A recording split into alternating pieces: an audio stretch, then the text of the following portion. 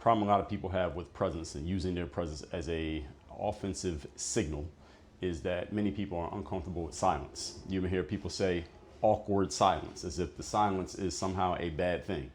And in many cases, silence is actually a good thing if you know how to use it and you use it properly and you're willing to own it and live there in the silence. Let's talk about how instead of trying to fill silence, which is what many people rush to do, instead you should decide to own silence. Let's talk about it. Point number one, your willingness to engage or exist in silence is a signal to everybody else that you're a person of certainty. You're a person of confidence. You're a person who believes in themselves. You're a grounded person who can hold space. What it means is when you pause before you speak, when you breathe while you're speaking, in other words, let your sentences and your phrases breathe, only the powerful are willing to take time from other people. So if you ask me a question and instead of immediately answering the question, I just breathe in first, then I begin to speak, I just took 2 seconds of your time. Now, 2 seconds is not a ton of time, but it is time.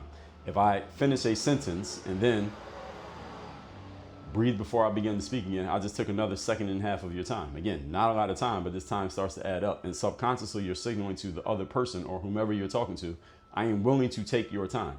Only powerful people are willing to take another person's time, especially without asking for it. This is a clear subconscious signal you give to other people that you're powerful when you take space and deal with silence. Number two, the fewer words or movements you use, the more weight you give to the words and movements that you do use. You think of an animal like a lion. A lion, if you go to the zoo, you see it just laying around not doing much. But if that lion decides to get active and do something, whatever it does gets all the attention of all the other animals in the jungle. Why? Because that lion can do a whole lot of powerful things that those other animals don't want.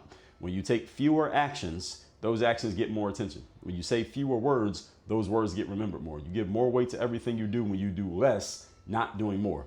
Point number three, when you are willing to deal in silence, you give space for others to reveal themselves. Since most people don't understand this, and even those of you who do understand it or you hear it, but you don't actually use it, they're going to rush to fill silence anytime there is silence. So when you are silent around other people, don't worry, somebody's going to start speaking really quickly. And when they start speaking, it's going to reveal them. They expose themselves when you don't. So if you're able to sit in that silence for long enough, eventually whoever is around you, they're going to start revealing themselves. And all you have to do is be a good, active listener.